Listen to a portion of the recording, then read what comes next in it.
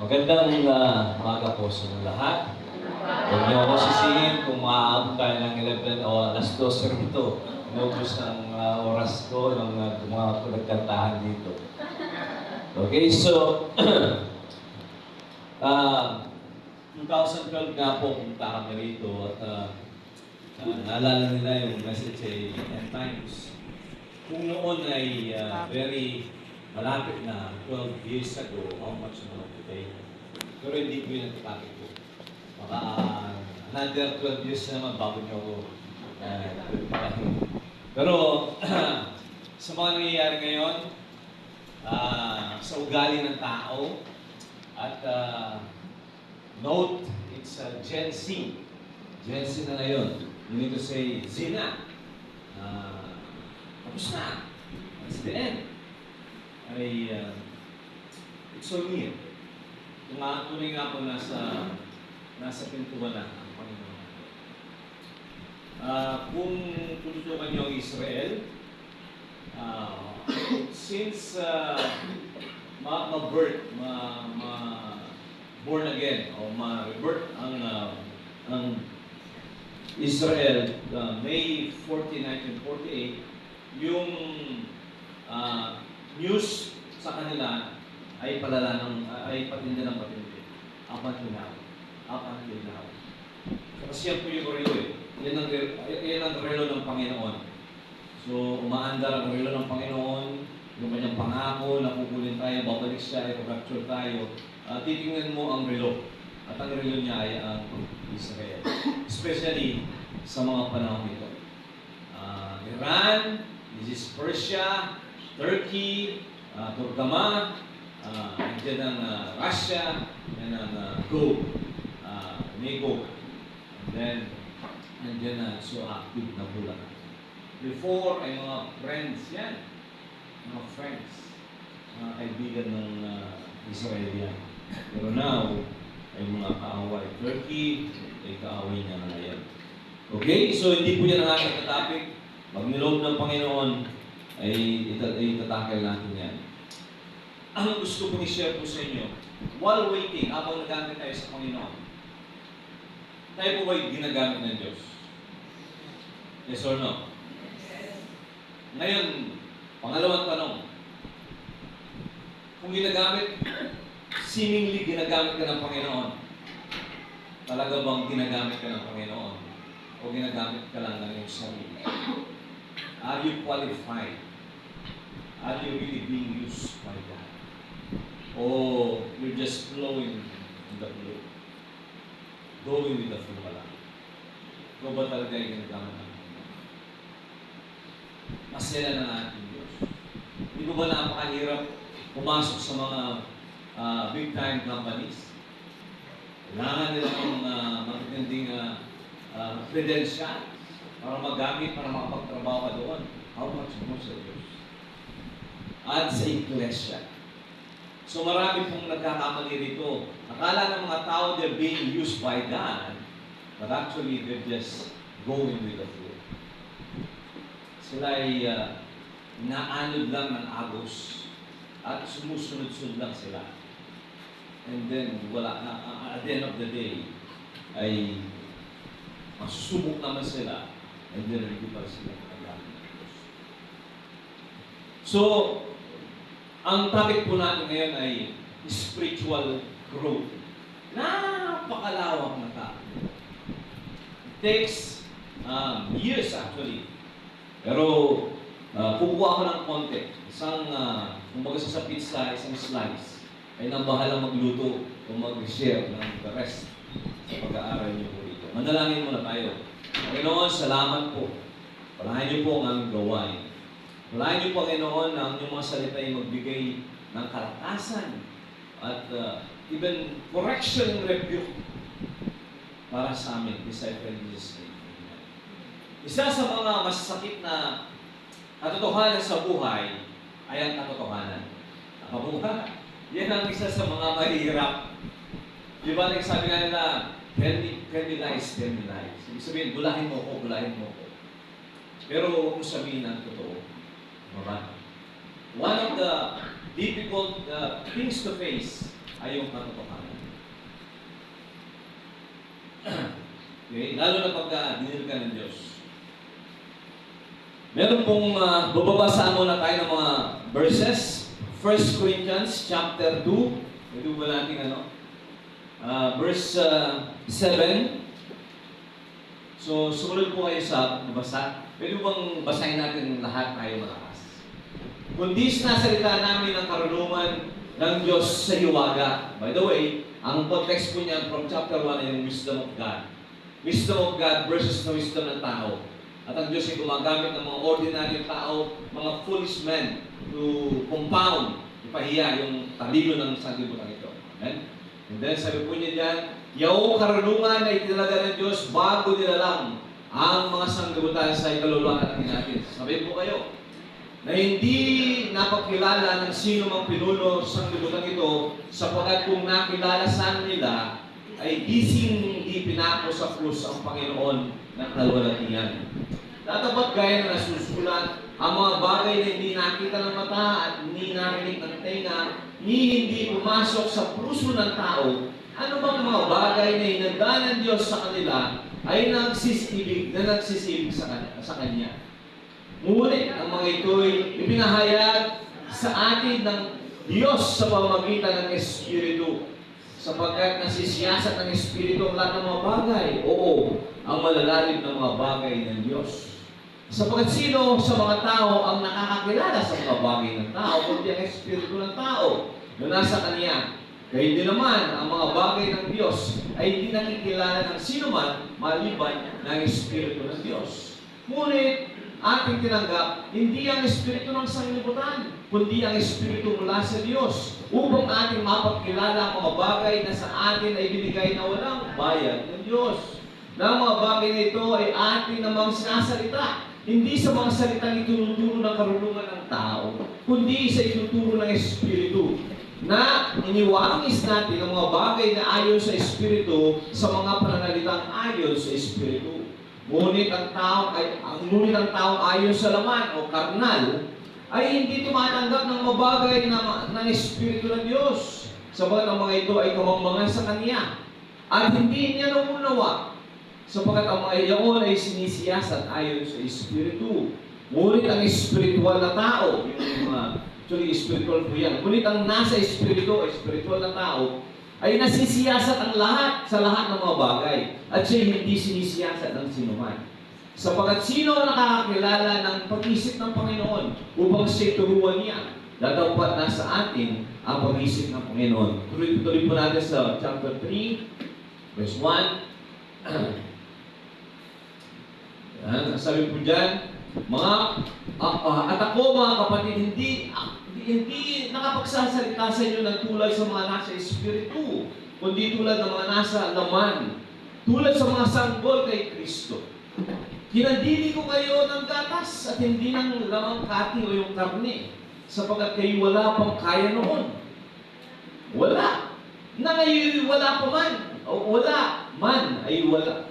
Ngayon pa, man ay wala kayong kaya, sapagkat kayo mga salamang pa, sapagkat samantalang sa inyo may panilibugho. Yan po yung ginagawa ng laman o yung makalaman, pagtatalo.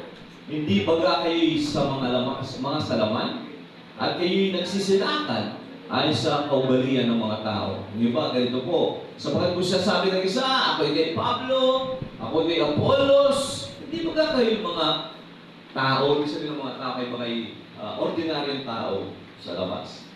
So ito po yung aking topic. Ang Corinto ay isa sa mga churches na in-establish ni Paul. Ito po ay carnal na church.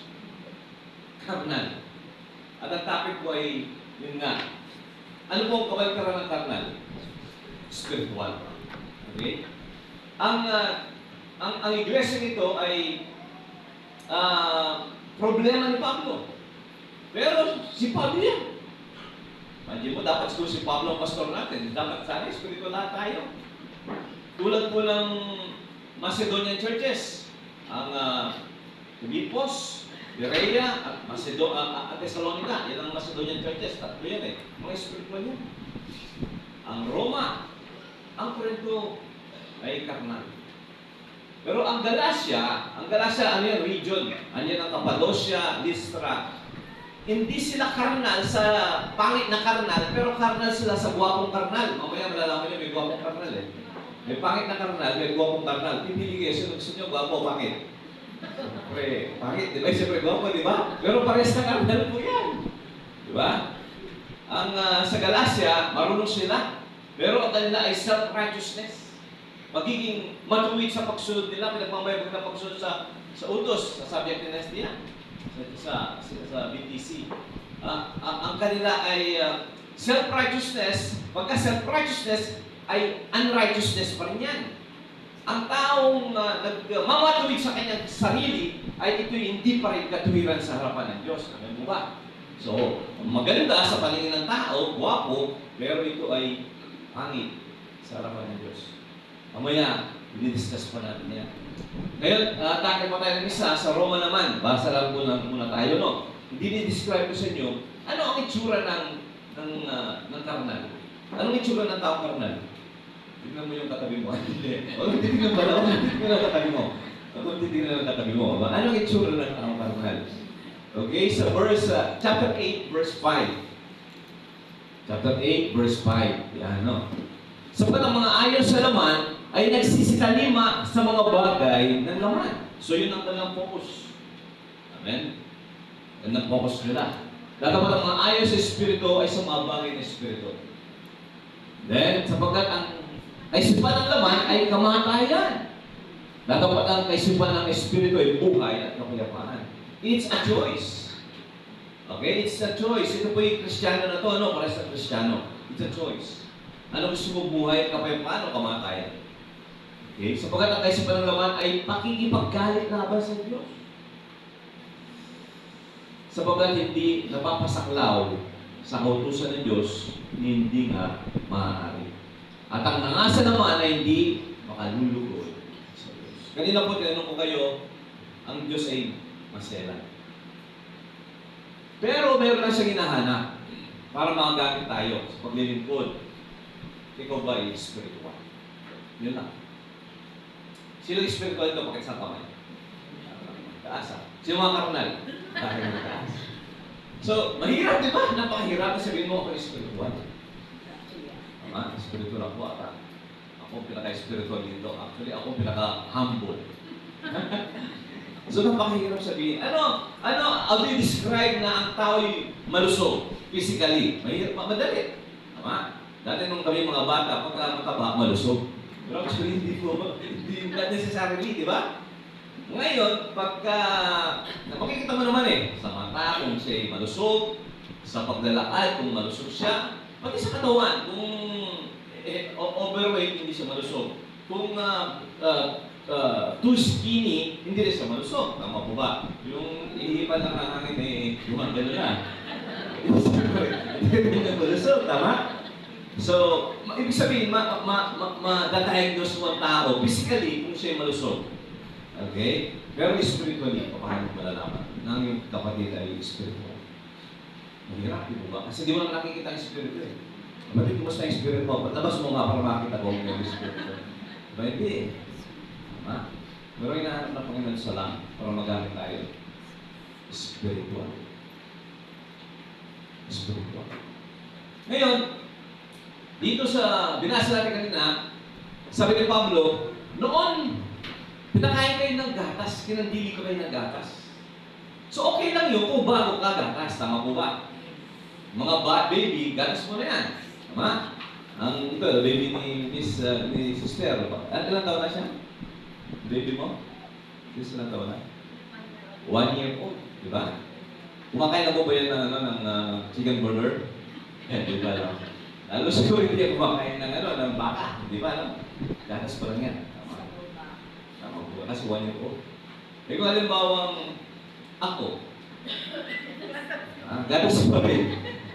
Normal mo yun. Sa kanya normal gatas, pero sa akin normal bawa. Bago ako makatulog, kailangan may bote akong gatas. Yung talagang, di ba, nakatulog ako. Ang tawag doon? Bote ng matanda ka. Tanda mo na mo. Tanda mo na, bonding ka pa. Hindi siya normal, tama po ba? Ngayon, ilang taon ka lang Kristiyano? Kung 5, palagay ko, 3 pataas, kailangan kumakain ka na ng matigas. 5 pataas, 17, 10 years old, 12 years old, nauutusan ka na yan. Tama po ba? Ang anak ko, ang buso ko, 12 years old, nauutusan ko na yan. Tapo ka ng basura. Okay. Kung kami, ganyan, magigib ka. Mangitig ka. Mga kapangan. Makalan mo na yung ngitig. Ginagawa na namin yan, no? Pero pagka bonjing ka, kahit na 15, 18 years old ka na, 20 years old ka na, hindi ko maaasahan. Tama ko ba? Kasi hindi ka lumago. Sino ang maaasahan ng Diyos? Lalo na sa gawaing spiritual. Kung kayo matalino, engineer, matalino, pero 2 years old pa lang Christian. Yan ang weakness ng mga leaders eh. Kahit ito qualified. Hindi natin kagad ng responsibility. Kasi nga professional. Intellectual siya, pero hindi siya spiritual. Hinahanap ng Panginoon spiritual, hindi intellectual. Yung mga emotional, ito yung marami. Sino yung mga nag-iimot, nag-iimot dito? Makita lang umiiyak yung pusa, iiyak ka rin. Marami. Majority sa mata emotional.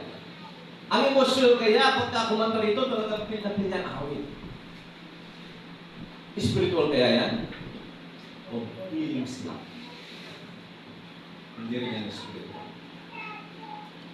Amen? So, merong karnal, at itong mga karnal usually, hindi sa kanan ko, no, para makita nyo, ang karnal, usually mga emotional.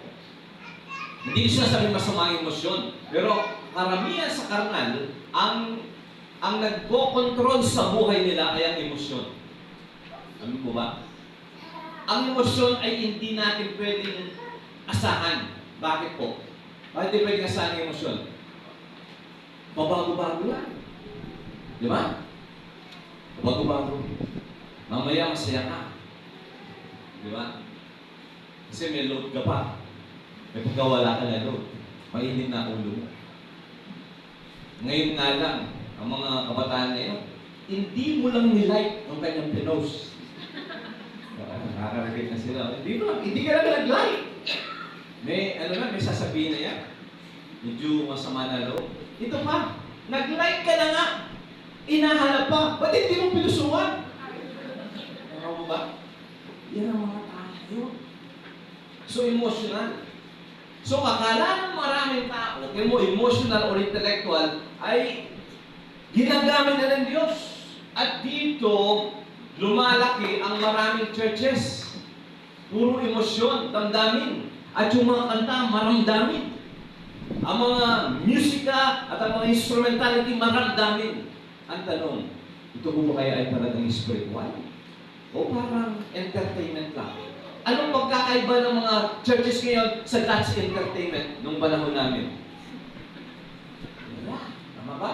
May magagaling na singer, magagandang sound effects, may mga light effects, mga lightnings. Magaganda. Very dynamic at saka mga charismatic ng mga nandirito. So anong ina-arouse nila? Anong kanilang, ano yung gustong mailabas ng emosyon? Yan po kaya ay spiritual. Kung ang Diyos ay naghahanap, spiritual. Bakit ang Diyos ay naghahanap ng spiritual? Ba't hindi siya naghahanap ng intellectual? Ba't hindi siya naghahanap ng emotional? Kasi spirito siya. Tama po ba? At ang gawain ay spiritual eh. Kung sana sa sanlibutan, kung saan ang entertainment, kung saan ang sales, marketing, how to persuade people, intellect, coherent ang iyong kaisipan, logic, gagamitin mo yan. Kung saan ang sa court, kung saan sa court, halimbawa sa usgado, magaling kang mag-explain, abogado ka. Magaling kang magpaliwanag, mag-justify, intellect. Kung sa entertainment, magaling kang magpaiyak ng tao, magaling kang magpatuwa ng tao. Entertainment. Akala ng mga tao ngayon, ito'y paglilingkod na sa Diyos.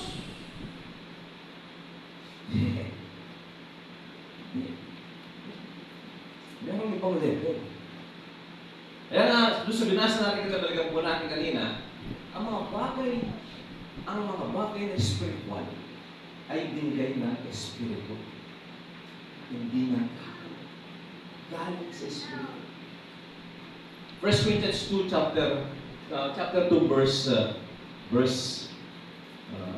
10, o kaya 13. 2:13. Tingnan mo. Na mga bagay na ito ay sa atin namang sinasalita, hindi sa mga salitang itinuturo ng karunungan ng tao. Hindi. Ano ginagawa ng mga tagumpay na negosyo? Matagumpay na business? Wala, mag-ano tayo. Brainstorming tayo. Mag-isip tayo. Plano rito. Ano ang ating mga vision and mission? Plano. Mag-hire tayo ng mga magagaling na galing sa newly graduate, matapaas sa pinag-aralan, may PhD. Paano tayo, tapos mag-actual tayo sa labas? Ano bang mabili? Ano yung mga gusto, interest ng mga kabataan? Ano yung target audience natin? Sino yung market natin? Mga babae, lalaki, anong edad? Napapagkakalang na-analyze na. Yan ang karunungan tayo. Tama po ba? Ayusin natin, tirahin natin. Then mag-recruit tayo ng mga maraming tao para ngayon, yun din ang aplikasyon natin sa church. Yung pagkakamukha. Pero dito sa church lang, ay manalangin muna tayo. Mag-pray tayo. Attend tayo ng mga seminars. Magdala tayo ng Bible. Pero yung sistema ganun din. Tama po ba? Mix wisdom ng sanlibutan at wisdom ng Panginoon. Sa palagay nyo kaya, ayos po kaya yan. Ang gawain ng Panginoon ay gawain ito. Hindi mo naman gawain ito. Sinasama ka lang yan. Boom! Again, qualified ka pa. Sa pagiging Christian, yung tayo maligtas, napakadali, di ba? Tanggap natin ang Panginoon sa Kristo. Pero pag ginamit tayo ng Panginoon, actually, sa biyaya rin ng Panginoon yan. Pero meron siyang ibang requirement. Ano yung requirement niya? Ito yung pag-usapan natin. Isa lang ang requirement ng Panginoon. Isuko mo ang buhay mo 100%. Iwanan mo yung karunungan mo. Kalimutan mo yung pinagmamalaki. At aralin mo kung ano yung kalooban niya. Sundin mo yung kalooban. Yun ang gusto mo. Mga kapatid, maraming nakakong experience. Sabi ni Kapatid Nes, totoo po yan. Kung susumayin ko yung paglilingkod ko sa Panginoon, pag ang Panginoon, imbawa, 30 years ka naglilingkod, ilan yung katanggap-tanggap sa Panginoon dyan? Ilan taon? Sa 30 years na yan, ilan ang counted? Talagang spiritual. Talagang ginamit ako ng Diyos.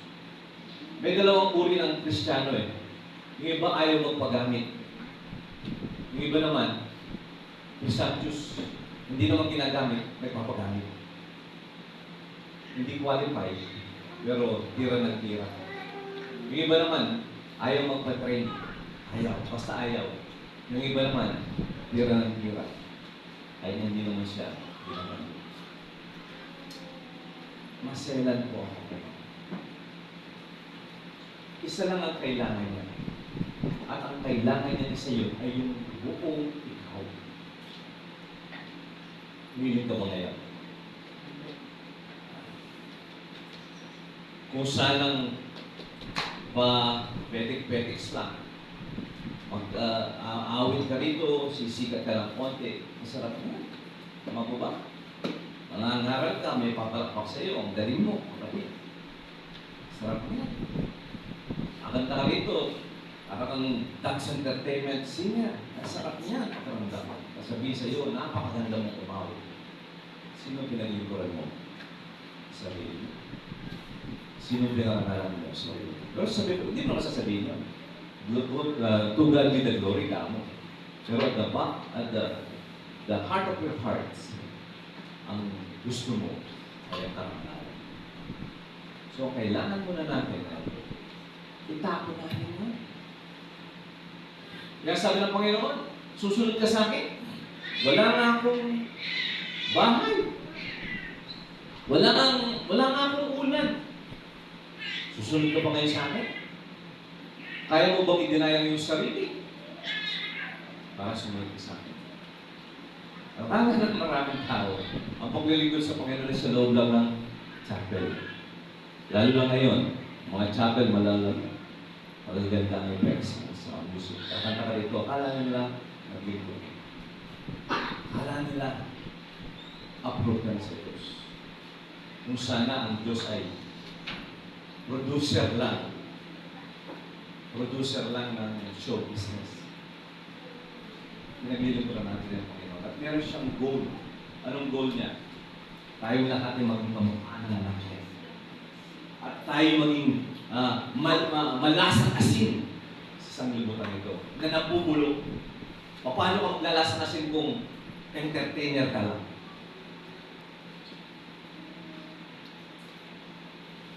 Again, di ba sabi ko sa inyo kanina, ano pinakamahirap na marinig? Katotohanan. Dito po sa Hebreo 4:12. Hindi ko sinasabi ito dahil ako spiritual na. Pero I've been rebuked again and again. Ako'y lahat na rebuke. At hanggang ngayon, ang buhay ko ay in the process of beating, pulverizing. Pinupulbos ako ng Panginoon, dinipit niya ako. He is dealing with me. Sapagkat nagdesisyon akong susunod siya. Diba yung alam natin na have decided to follow you. Ngayon susunod ka sa akin. Akala natin pag sumunod tayo, blessing dito, blessing dito. No. Pagka sumunod ka, ready ka na ba? Di ba ang sundalo? Pagka nagsundalo, ito may kapatid tayong kapatid dito, police, di ba? O army. Pagka nag-decision ka maging army, kagad ba, army ka na? Official ka na? Hindi. Dadaan ka muna ng matinding training. Process. Pero yung decision mo yun, ay tandaan mo. Yung nakakalimit. Kung mag-decision ka sunod sa Panginoon, hindi yung para yumaman ka, sumikat ka, hindi. Ilalabang ka ng Diyos. Meron tayong spiritual warfare. So sabihin nyo ngayon, kapatid, hindi na lang ako susunod. Ganyan pala. Kung hindi ka naman susunod, sino susundan mo? Sige nga. Magpapaiwan ka. Sino susundan mo sa taas? Dalawa lang yan. Hindi ka pwedeng neutral. Pero pagka sumunod ka sa Panginoon, ipoproseso ka. Ipoproseso ka. Ano po ba? Sapagkat ang salita ng Diyos ay buhay at mabisa at matalas ay sa limang tapat na may dalawang talim. Cute po ba yan? Cute? Hindi, nakakatakot yan. Hindi niya pinaglalaruan, tama po ba? Tabak, matalim. May itatapyas sa iyo. May aayusin sa iyo. Eh, mga tao, ayaw nga na magbasa ng Bible kasi napakaparang. Eh, may iba. Pastor Nesty, tumawag ka yata ng pastor ito para patamaan ako. Di ba? Kala niya, siya lang ang pinapatamaan. Napaka-importante mo naman. Bakit pagka nag-preach yung mga taong preacher, parang tinatamaan ka? Yung preacher ay hindi mamubola. Bakit tinatamaan? Kasi salita ng Diyos ang ginagamit eh. Kung gusto nyo masaya tayong lubas dito, magaan ang ating pakaramdam, huwag na tayo magbasa ng Bible. Gumamit tayo dito, the Reader's Digest, o kaya yung mga comics, o kaya yung mga kwento ng mga artista. Tama mo ba? Magbulahan tayo dito. Pero anong mangyayari sa atin? Again, na-entertain lang tayo. Hindi na natin gagamitin yung Kawayan Christian Church, kundi Kawayan Entertainment Center. Tama ba? Yun na lang. Pero pagka Christian ka, salita ng Diyos ang ginagamit natin. Ngayon, sabi niya dyan, matalim. Bumabaw hanggang sa paghihiwalay kasi po, kailangan niyang hiwalay ng espiritu at kaluluwa. Dito sa verse na to, meron tatlong bahagi ng tao. Espiritu, kaluluwa, at ang Kasukasuan yung kanyang utak. Ito kanyang body. Sa First Thessalonians 5:23, ganun din yan. Hindi ako nagkakamali, pero kung natin puntahan yun. Pinapakita doon, meron kakakumbang. Ano po ba?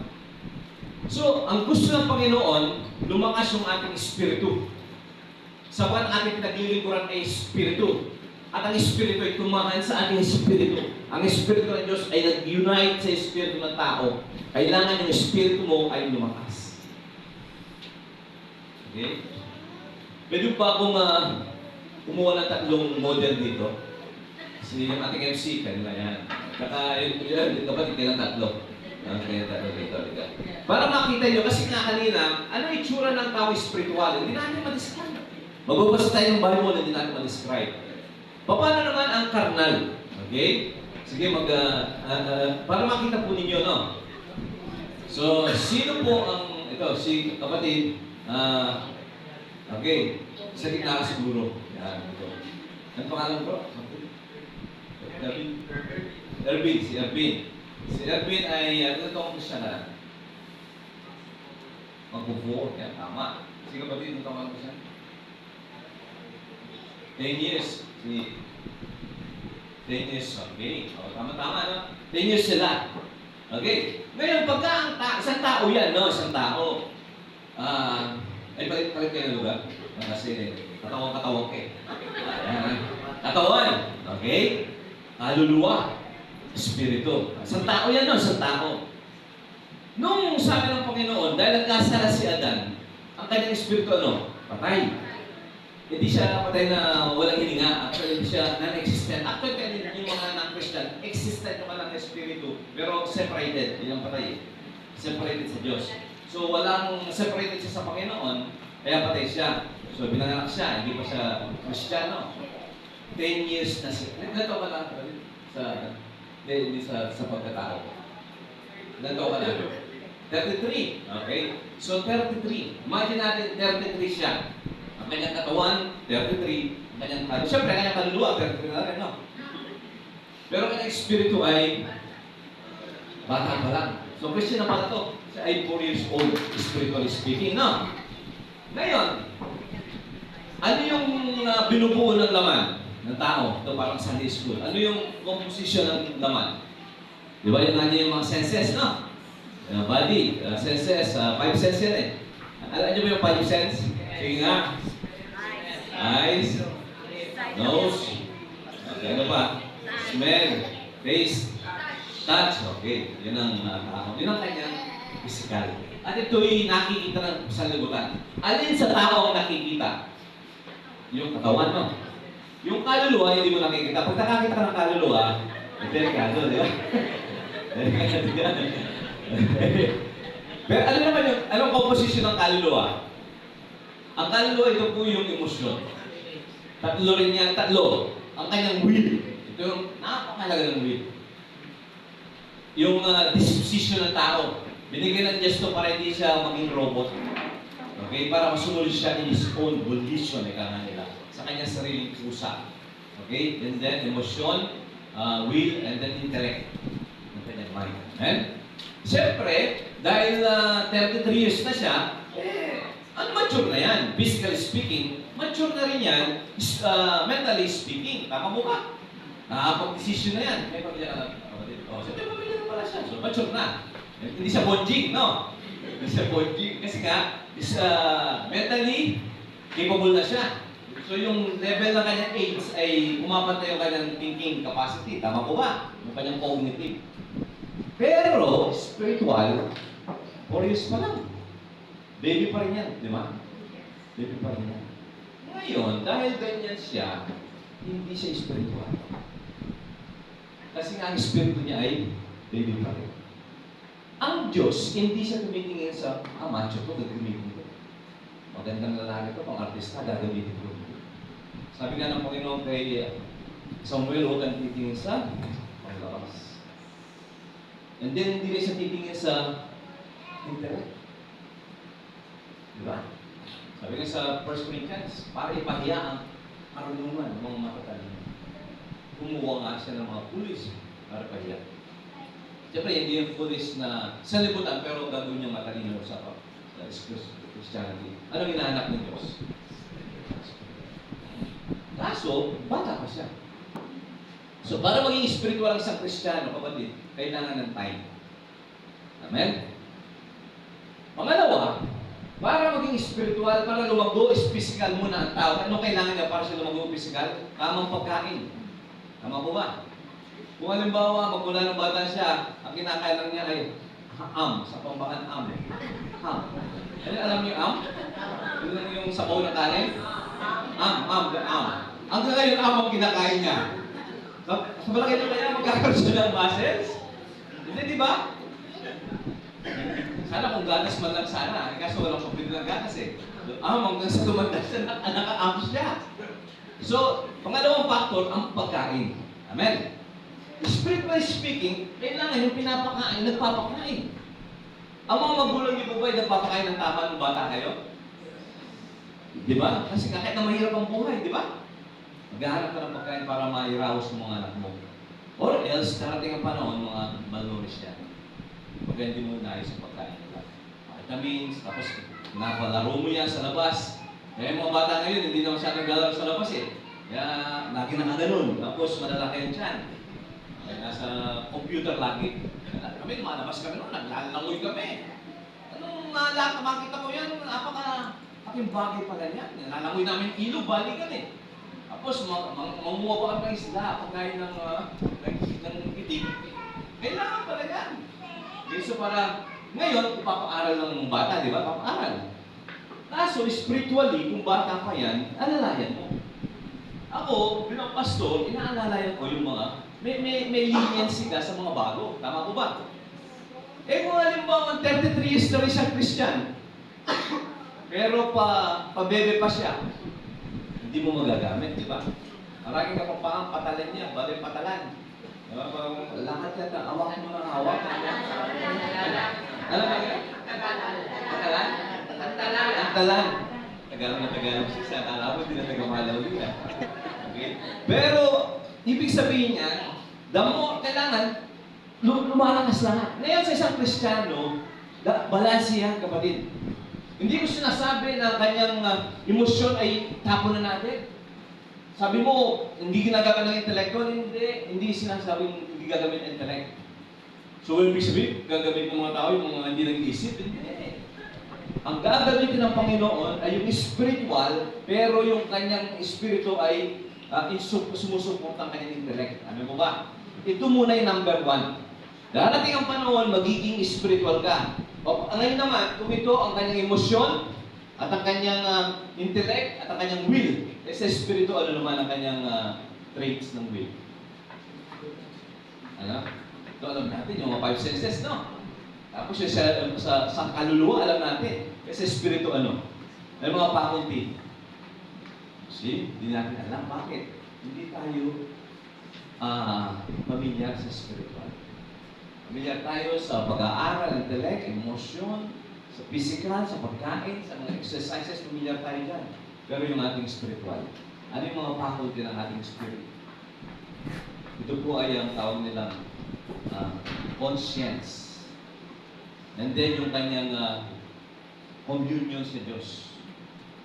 At saka yung katawag sensing o katawag na intuition, nasi-sense mo. Kaya nga sabi doon, binibigay ng Espiritu, ang tagapagturo natin ng Espiritu. Ginagamit ng Panginoon ng Bible, siyempre, ang isip ng tao. Ngayon, dahil ito ay 4 years old pa lang, kapatid, parang yakapin mo si Brother Lehan. Okay, lalapit ka dito. Dahil nagising tayo, lumaki tayo kay Adan. Kay Adan, old nature, lumaki tayo dyan. Hanggang naging Kristiyano na tayo, ganyan pa rin. Amen? Ibig sabihin, control na control ni kaluluwa ng kanyang intellect, lalo kung matalino yan, tapos maramdamin pa yan, ang espiritu. Tapos ang nag-execute ay ang laman, ang katawan. So ito ay suppress. I-suppress. Hindi siya lumalago. Kasi emotional siya eh. Tapos pinagmamalaki pa niya ang kanyang intellect. Hindi ko sinasabing kailangan ay mawala ang intellect mo. Hindi. Ang sasabi ko lang, maging secondary siya. Ang primary ay ang Spirit. Amen po ba? Kailangan nga maging matalino ka pa. Pero huwag mo asahan yung talino mo. Amen po ba? Yung mga nag-aaral, mag-aaral pa kayo, pero huwag kayong aasa dyan. Kasi ang ating pag-asa ay ang Diyos. Saan nakikiusap ang Diyos? Saan siya nag-communicate directly sa Espiritu? Ano po ba? And then ang Espiritu noon ay magko-communicate sa intellect. And then ang intellect, i-analyze ng intellect. Tama ba yung sense mo? Tama ba yung ginagawa mo? Sabi ng intellect. So, magbubukas ka ng Bible. Gagamitin mo yung rational mo, yung intellect mo. Pero huwag kang aasa dyan. Ang aasa, ang magiging ruler, dati ang ruler mo siya. Nung karnal tayo. Bakit ganoon? Kasi lahat tayo galing kay Adan eh. So lahat po tayo ay karnal. Originally. Pero ang gusto ng Panginoon as we grow old, ay hindi naman umihi na ito, kailangan lumalakas ito. And then ang controlling ngayon ito, hindi na ito. Amen po ba? Kaya sabi ng Bible, ipag-iwalay. Sabi niya nyo ay pag-ihiwalay. Oh, sige, hiwalay ka ng konti. Yan. Yan, hiwalay. Ba't nahiwalay? Ibig sabihin ng pag-ihiwalay, makikita ang identity ng Espiritu. Yung ba pag may isang alamang malaki, bawa, bayabas yan o kaya mangga, magtanim ka doon sa ilalim, anong mangyayari? Hindi yan tutubo. Kasi nga, kakainin na lahat ng minerals ng malaki halaman. So, kailangan i-separate mo siya. Mas-separate, isi-separate. Ano magsaseparate? Ang salita ng Diyos. Matalim yan. Sabi rin niya dito, paghihiwalay ng kaluluwa ng Espiritu ng mga kasukasuan ng utak. Sabihin yung physical. At madali kumilala ng pag-isip at mga haka ng puso. Ang salita ng Diyos, hindi natin siya mabubola. So, ang Espiritu siya ang ruler. Pero sino ang ruler ng Espiritu ng tao? Ang Holy Spirit. Amen ba? Ang Holy Spirit, kukuman sa Holy Spirit, and then ikaw naman, Spirit, ay ikaw ang nagpo-control. Yan ang original nung hindi magkasalang tao. Yan ang original set up. Pero magkasalang tao, lumakas na lumakas ito. Kaya ang tawag niya, carnal. Alam mo ba, ang spiritual ay malakas ang Espiritu. Papakan po natin ating mga guguwapong model. So nakita nyo, yan ang itsura. Kung ikaw ba'y carnal, o spiritual. Pagka ikaw ay carnal, usually, emotional ka. O kaya intellectual ka naman, may yapang. Intellectual ka. Emotional ka, oversensitive ka. Ako pinapatamaan ng pastor na ito. Susunod, hindi na ako mag-ooperate. Pero sasamba pa ako. Pag pinatamaan pa ako, susunod, hindi na ako talaga sasamba. Ano ba? Emotional. Pero yung spiritual, umaasa ang buong tao actually sa Diyos. At ang Diyos naman ay nakipag-communicate sa Espiritu niya, lumalakas. Sabi niya sa Ephesians 1:17, tingnan natin. Ephesians 1:17, lumakas. Kaya nga sabi, kailangan lumakas kayo spiritual, di mo ba? Kaya nga tawag natin spiritual growth eh. Hindi naman physical growth. Hindi naman natin sasabing emotional growth. Ano sasabi natin? Spiritual growth. Amen. Upang ipagdalo sa inyo ng Diyos, ng ating Panginoon Kristo na mga kalulatian ng Espiritu, karunungan at ng pahayag at pagkakilala sa Kanya. Yamang naliwanagan ang mga mata ng inyong puso upang maalaman ninyo kung ano ang pag-asa sa Kanyang pagtawag, kung ano ang mga kayamanan ng kalulatian ng Kanyang pamana sa mga banal, at kung ano ang dakilang kalakhan ng Kanyang kapangyarihan sa ating mga nagsasampalataya, ayon sa gawa ng Kanyang lakas. Okay, and then, chapter 3 po pala. 3, verse, chapter 3, that's 14. 14, yan. Diba? Ay 15, 16. Upang sa inyo ipagkaloob niya ayon sa kakayaman ng kanyang kalulatian na kayo'y palakasin. Ano? 60 pala. Na kayo'y palakasin ng kanyang kapangyarihan sa pamamagitan ng Espiritu sa pagkataong loob. Ano yung pagkataong loob? Espiritu. Alakasan niya ang ating Espiritu. So ano yung gamit ng Panginoon? The Word of God. Ano mo ba? So anong binabasa? Pagka binabasa niyo sa salita ng Panginoon, hindi pa lang lumakas ang iyong intellect. Eventually, lalakas din yan. As a result, lalakas din yan. Pero ang primary ay mas separate. Ma-separate ang limang spirit. And then, finally, ang gamit ng Panginoon para maging spiritual tayo ay mga kapagsubukan sa buhay. Bakit po may mga pagsubok? Bakit may mga kahirapan? Bakit kinakailangan paulit-ulit kang mapahiya? Kinakailangan paulit-ulit kang mag-fail? Gusto niyo ba yung napipail? Gusto niyo ba yung napapahiya? Gusto niyo ba yung nare-reject? Nababasted, mga lalaki, gusto niyo ba? Yung nga, ayaw nyo, kailangan nyo kumanligaw kasi ayaw nyo mabasted. Pero kailangan padaan tayo ng Panginoon dyan. Para sa ganoon, yung soul natin ay mag-break. Malakas ang kapit sa iyong spirito. Parang ang kabayong wild. Hindi ka pwedeng magdami. Wild ka, nagwawala ka. Anong gagawin sa mga kabayong wild na galing sa forest? I-break yan, di ba? Nakikarin mo na yan. I-break yan. Kasi sasaktan pa yan eh. I-break yan. Pagka naging tame na yan, broken na yan, anong gagawin niya? Ang gandang sakyan yan. Kapaki-pakinabang mo. Pero subukan mong sakyan ng wild horse. Mamamatay ka. Matatapon ka. Italapon ka ng wild horse. Pero ang broken, tame na kabayo, ang ganda. Amen mo ba? Yan ang ginagawa ng pagsubo.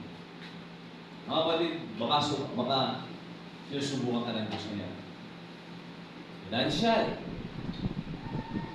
emotional. Kasi hindi mo alam, bakit? Bakit ngayon, kung ngayon ako nagsubo, kung ngayon ako naglingkod sa iyo, bakit? Akala ko pagpapalain mo ko, bakit nung nangyayari ito? Kasi nga nagsubo na, nagbubunga ka na. Anong ginagawa ng mahusay na naghahalaman sa mga nagbubunga? Pinuprune pa. Para patayin? Para lalo magbuo. Anong buwa? Sa ganon, ito ay maging qualified. Amen? So, huwag niyong iwasan yan. Huwag niyong iwasan. Ipaprocess kayo ng Panginoon dyan eh. Darating ka dyan, huwag ka nang lalabas sa pila mo. Huwag kang tatanggi. Pagka dumating ngayon, ang mga kapagsubukan, yakapin mo ang kamay ng Panginoon. Minsan, inaayaan pati ng Panginoon sa Satanas para atakihin ka. Inaayaan ng Panginoon na mag-fail ka, dumadapa ka. May plano ang Diyos niyo kasi ginagamit niya. Ginagamit ko niya. Dahil ginagamit ko ng Panginoon, tatanggalin niya ang iyong self. Kasi mahal mo sarili mo masyado. Paano ka maglilingkod sa Panginoon kung mahal mo sarili mo? Sino maglilingkuran mo, hindi sarili mo? Kasi makasarili ka. Ang gusto mo yung at the back of your head, of your heart, sumikat ka. Self-glory ang hinahanap mo sa puso mo, di ba? Mga tao, natural sa tao yan eh. Tama ba? Tayo, gusto natin sumikat eh. Natural yan. Kaya nga, kaso hindi spiritual. Natural nga eh. Anong kabaliktad ng spiritual? Natural. Ang natural sa tao sumikat, tama mo ba? Hindi naniwala kayo, hindi naniwala. Ngayon sa picture sa picture andun ka sa grupo. Sino ang unang titingnan mo? Alam mo na yung mga katabi mo, di ba? Asa si mom dito? Yung mga class, Anong isura ni mom? Hindi. Titingnan mo yung sarili. Pero ang ginagamit ng Panginoon, spiritual. At paano kung magiging spiritual? I-break ng Diyos mo. I-break ng Panginoon. Lahat ng mga alagad niya, i-break ng Panginoon. Peter, lalo na. Lalo na yung mga resistant. Yung mga Panginoon, sabi ni Pedro, hindi mangyayari sa iyo. Hindi mangyayari sa iyo, Panginoon. Walang makakahawak sa iyo, Panginoon, walang gagalaw sa iyo. Andito ako. Ano sabi ng Panginoon kay Pedro? O, Satanas, pumunta ka sa libro ko. Tapos sabi niya, bago tinilaw ko anong beses mo na ako nakakala. Sakit mo. Breaking. Dealing. Sino po yung mga dumadanas kayo ng dealing sa Panginoon? Masalamat ka sa Diyos. Kasi gagamitin niya. Amen po ba? So, nagdili ka lang dyan. Kailangan mo, Panginoon. May mga kahirapan ka, patient. Ano yung mga kahirapan? Delays. Delays, di ba ba? Kung nanalangin ka, bakit ba't nandiyan kayo? Tapos, kailangan kang tumigil sa pag-aaral. Kung kailangan. Bipintasan ka. Ako-confuse ka, Panginoon, ano po nangyayari sa akin? Kapatid, breaking yan. Nasa proseso pa.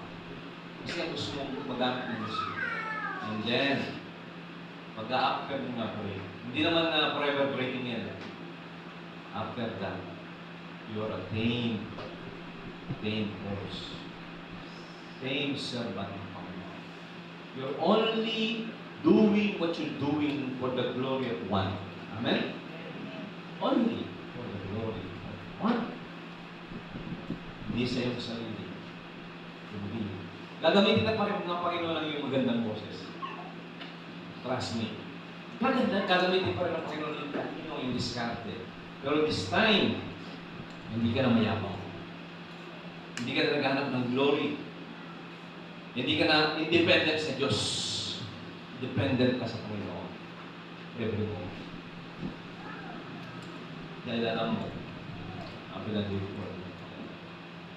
Ang spiritual, may joy o wala, dry o may pagpapahala, maglilingkod ka. Amen? Gagamitin mo na yung will mo. Panginoon, nagsuko na ako eh. Nagdesisyon na ako, Panginoon. Feel ko, hindi ko feel, maglilingkod ako sa iyo because it's my decision. Yun ang will. Kaya napakahalaga ng will. Yun lang tao. Minsan hindi mo feel. Kasi ang feeling ganun eh. Pero you have decided. Tama ko ba? Maglilingkod ka sa Panginoon. Kaya kung sabi mong maglilingkod ka, tapos ilang panahon lang wala ka na. Sasabihin ng Panginoon, asan na yung nangako, asan na yung nag-desisyon, asan ka na. Mga kapatid, yan ang gusto. Amen? Hindi po tayo lahat preacher. Pero lahat tayo ay mayroong use. Lahat tayo may use. May mga gintong gamit, silver na baso, gawa sa kahoy at gawa sa putik. Sino ang gagamitin ng may-ari niya? Yung malinis. Yung quality. Amen po ba? Pero gagamitin lahat niyan kung qualified. Ano po ang ibig sabihin? Mga kapatid, ang message ko sa inyo ngayon. May message ko sa inyo.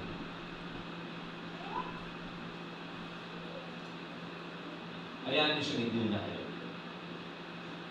Yan lang. And then, Panginoon, whether I understand or not, I submit. Susuko ko. May gamitin mo yung isip mo, huwag kang, pagka nagsuko ka sa Panginoon, kailangan reject mo sa Satanas. Sa Diyos ka lang magsusuko. Reject mo sa iyo. Sigurado pagka nagsuko ng desisyon ka, may mga offers sa Satanas. Suko mo. Panginoon sa inyo. Maraming offer. Minsan may akala mo makalaman, o opportunity, o kaya discouragement na reject mo sa Satanas. Ang mahalaga, yan ba ng Spirit. Kaya hindi ng halaga nang nagbabasa tayo, nananalangin tayo sa umaga, sa hapon. Meron tayong one-on-one sa Diyos. Kapatid, manginain tayo kay Jesus Christ. Ito yung aking message mo sa BPC. Manginain tayo sa Diyos. Siya po ang bread of life natin. Kung hindi tayo kumakain, paano tayo lalakas? Konting discouragement sa itan, susuko na tayo. So yun po yung aking message mga kapatid for today sa inyo lahat. Naghahanap ang Panginoon ng mga earthen vessels. Naghahanap ang Diyos ng tunay niyang magagamit. Yung genuine. Yung approve sa Kanya. Naghahanap siya. Are you one? Ikaw ba ay nagagamit ng Diyos? At gusto ko ba niyang gamitin? Dahil ikaw ay proseso. Ito yung manalangin. Panginoon Diyos, salamat po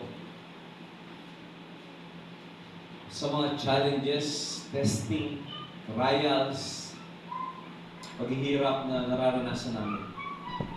Minsan nagkakamali kami dahil sa aming mga sariling pagkakasala. Rebuke sa amin. Correct niyo po kami. Mold us. Panginoon, sabi nga po ni Pedro, saan pa po kami pupunta, Panginoon? Kayo ang Kristong nagdadala ng buhay na walang hanggan. Wala na kaming may choice kami, Panginoon Diyos, ang sanglibutan, ang sarili namin at sa Satanas. Pero Panginoon, hindi na namin yung choice. Isa na lamang ang aming choice ngayon at kayo. Sumunod sa inyo. Ang paggamit sa inyo. Tutal, Panginoon, isa lang ang aming buhay. At maikli ang buhay. Malapit na ang rapture. Panginoon, gamitin niyo po kami. Mahabag kayo sa amin. Use us. Mold us. Process us.